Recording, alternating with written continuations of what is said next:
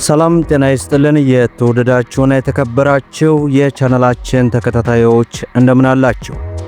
በዛሬው ፕሮግራማችን ላይ ብዙዎቻችሁ የምትወዷትን ብዙዎቻችሁ በጉጉት የምትጠብቋትን በተለይ በኢትዮጵያ የመኪና ገበያ ውስጥ በስፋት የሚታወቁና ለተለያዩ የንግድ ስራዎች የሚውሉ የጭነት ተሽከርካሪዎች መካከል ሁለቱ በግንባር ቀደምትነት ይታወቃሉ። እነዚህም እንግዲህ ሱዙኪ ኬሪ የጭነት መኪናና ታታ የጭነት መኪና። በዛሬው ፕሮግራማችን ታዲያ ይህችን ተወዳጅና በነዳጅ የምትሰራዋን ታታ የሥራ መኪና በአሁን ሰዓት ምን ያክል እየተሸጠች ነው የሚለውን ሙሉ ዝርዝር መረጃ ልናደርሳችሁ ሰዓታችንን ጠብቀን ተገኝተናል። በተለይም ደግሞ ብዙዎቻችሁ እንግዲህ ከሱዙኪ ኬሪና ከታታ የትኛው ይሻለናል የሚለውን እንግዲህ በተደጋጋሚ ጠይቃችኋል። ከዚህ ጋር ተያይዞ እንግዲህ ሁለቱን ተሽከርካሪዎች በንጽጽር ወደ እናንተ አደርሳለሁ። እናንተ እንግዲህ ከሁለቱ የትኛውን አማራጭ ብንገዛ ይሻለናል የሚለውን የእናንተ ውሳኔ ይሆናል። ቪዲዮውን ሁላችሁም ላይክ ቻናሉን ደግሞ ስለ መኪና ለማወቅ እንዲሁም ደግሞ መኪናን በተመጣጣኝ ዋጋ ለመግዛት ሰብስክራይብ ማድረጋችሁን አትርሱ እያልኩኝ በቀጥታ ወደ መረጃው እናምራ። እንግዲህ ክቡራን ተመልካቾቼ ከወራቶች በፊት ይህችን ተሽከርካሪ ምን ያክል እየተሸጠች ነው የሚለውን ሙሉ መረጃ ወደ እናንተ አድርሻለሁ። ታዲያ ከሰሞኑ በሀገራችን ኢትዮጵያ ያለው የመኪና ዋጋ እጅግ የተጋነነ ጭማሪ ከመኖር ጋር ተያይዞ በተደጋጋሚ ይህችን ተሽከርካሪ ምን ያክል እየተሸጠች እንደሆነ ስትጠይቁኝ በኮመንት ተመልክቼ ነው እንግዲህ በዚህ ሰዓት ዛሬ ጥር 26 2018 ሙሉ የዋጋ ዝርዝሯን ወደ እናንተ ይዤላችሁ የቀረብኩት። እንዲሁም ከሁለቱ ተሽከርካሪዎች የትኛውን ብንገዛ ይሻላል እያላችሁ የምትጠይቁኝ የቻናሌ ቤተሰቦች እንግዲህ የሁለቱ ተሽከርካሪ ልዩነት አላቸው። በመጀመሪያ ደረጃ ሁለቱም በነዳጅና በቤንዚን ማለትም በቤንዚንና በናፍጣ የሚሰሩ ተሽከርካሪዎች ናቸው። እንግዲህ ስለ ታታ ተሽከርካሪ የዋጋ መረጃ ወደ እናንተ ከማድረሳችን በፊት ስለ ተሽከርካሪው አንዳንድ መረጃዎችን ወደ እናንተ ላድረስ። የሱዙኪ ኬሪ መኪናን አሁናዊ ዋጋ መረጃ እንግዲህ ከሳምንት በኋላ የማደርሳችሁ ይሆናል። ምክንያቱም ብዙዎቻችሁም የሱዙኪ ኬሪን አሁናዊ ዋጋ ስራለን እያላችሁ ስለሆነ እነዚህ ተሽከርካሪዎች ከሞተራቸው ጀምሮ እንግዲህ የተለያዩ አይነት ልዩነት ይኖራቸዋል። እንደ ምሳሌ ያክል እንግዲህ ታታ በናፍጣ የሚሰራ ሲሆን ሱዙኪ ደግሞ በቤንዚን የሚሰራ ተሽከርካሪ ነው።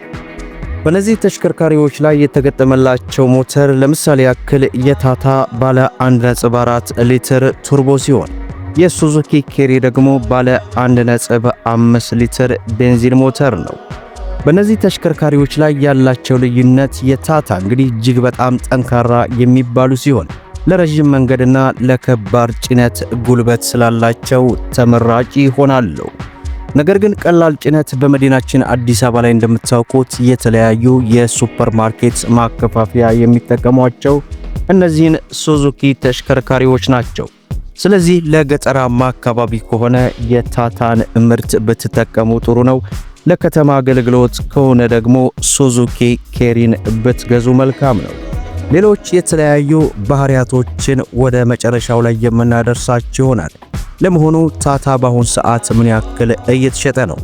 እንደምታውቁት ከወራቶች በፊት ወደ እናንተ መረጃውን ሳደርስ እስከ 2 ሚሊዮን ብር አካባቢ የተሸጡ የሚገኙ ቢሆንም አሁን ላይ ያለው በመዲናችን አዲስ አበባ ላይ ብሎም በሀገራችን ኢትዮጵያ የመኪና ዋጋ እጅግ የተጋነነ ጭማሪ ከመኖሩ ጋር ተያይዞ አሁን ከቦታ ቦታ ልዩነት ቢኖራቸው ከ2 ሚሊዮን 400 ሺህ ብር ጀምሮ እየተሸጡና እየተጠሩ ይገኛሉ።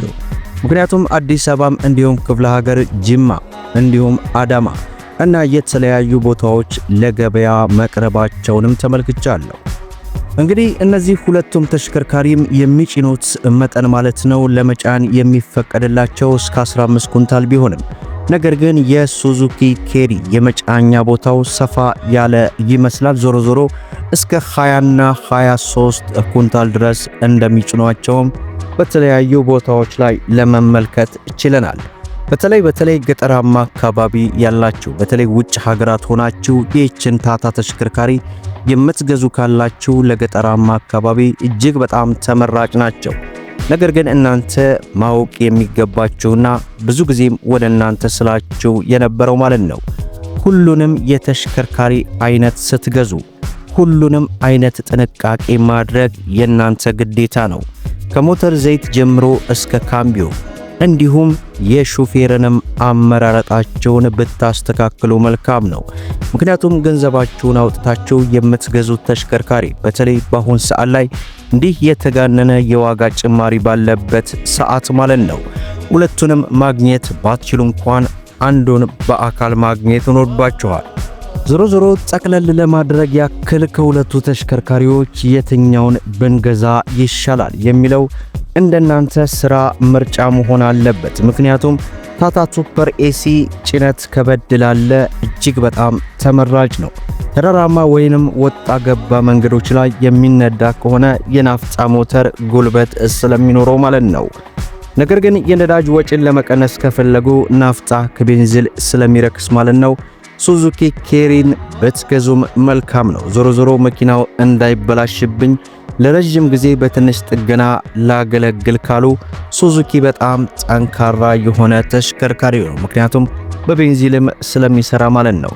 በተለይ በከተማ ውስጥ ለሚደረጉ ፈጣን እንቅስቃሴዎች በኋላ መኪናውን መልሳችሁ እንኳን ስትሸጡት የተሻለ ዋጋ ሊያወጣላችሁ ይችላል።